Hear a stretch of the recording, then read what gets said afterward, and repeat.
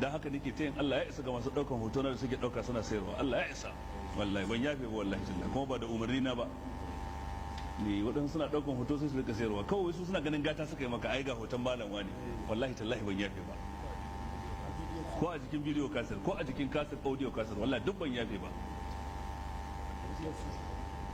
fihi masail cikin wannan babu akwai masaloli ba kun karanta su ba kun ji to mu je ta uku as-salisa at-tanbihu ala qudratihi wa ajzihim li qawlihi falyakhluqu dharratan aw sha'ira.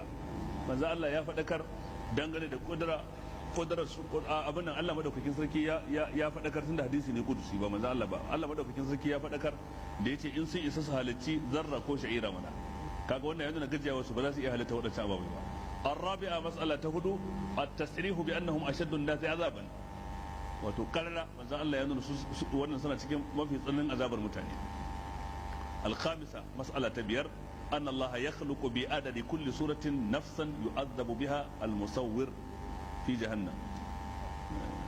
sakamakon wannan kowane hoto da mutum yayi za a halicci wata rai da za a yi masa azaba da ta ranar tashin kiyama cikin jahannama. Allah tsare mu. as-sadisa annahu yukallafu an yanfukha fiha ar-ruh za a tilasta shi cewa ya busa rai din ko ba zai iya ba. as-sabi'a ta bakwai al-amru bi tamsiha idza wujidat. ashe duk inda kaga an zana hoton wani abu mai rai to shari'a ta ce ka goge shi in ka sami iko zaka iya yi a zauna lafiya ko kuma balahirar da za a yi ba ta da yawa da karshe zaka ci nasara to ka goge shi. duk inda ka ga hoto an zana hoton wani ka goge shi ko na waye. sai dai kuma in ka san baka da karfi a garin baku da karfi rairan ko ahlus sunna yan bid'a sun yawa zaka ci duka to sai ka hakura sai kai al-inkaru bil qalbi shine matakin imanin ka a wannan lokacin. ba wanda ya sani wallahi Allah ba da lada inda zaka iya da tsakar dare ba wanda ya sani.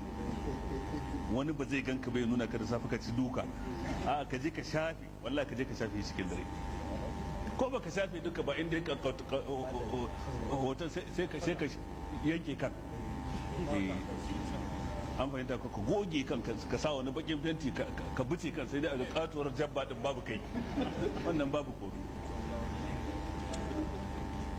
babu ma ja a fi kasratil halifi babi dangane da abin da ya zo dangane da yawan rantsuwa shin ya halatta mutum ya ta yawan rantsuwa da an sa shi da ba sa shi ba da dalili ko ba dalili. وقول الله تعالى واحفظوا أيمانكم وبنجي تعالى واحفظوا أيمانكم كذلك يبين الله لكم آياته لعلكم تشكرون cikin suratul ma'ida kenan ku kiyaye rantsuwoyinku. to me ake nufi da kiyaye rantsuwa malamai sun yi maganganu ɗaya har guda uku wajen fassara ayar. ɗaya ba ta zama kishiyar ɗaya sai dai ta zama ƙarin bayani akan ɗayar. waɗansu suka ce ma'anarsa kada ku kyale rantsuwa ba tare da kun yi mata kafara ba matakar kun yi rantsuwar da kuka warware to ku tabbatar kun yi mata kafara. yi mata kafara shine kiyaye ta wa hafazu aymanakum.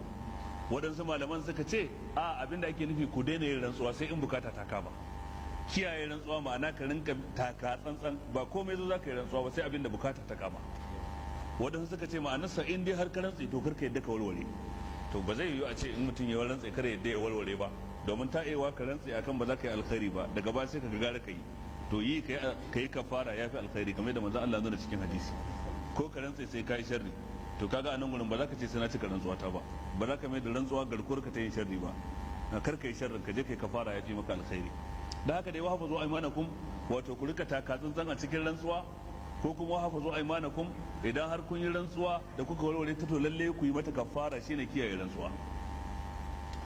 عن أبي هريرة رضي الله عنه قال سمعت رسول الله صلى الله عليه وآله وسلم يقول الحلف منفقة للسلعة ممحقة للكسب أخرجاه دقى أبو هريرة ناجي من زن الله صلى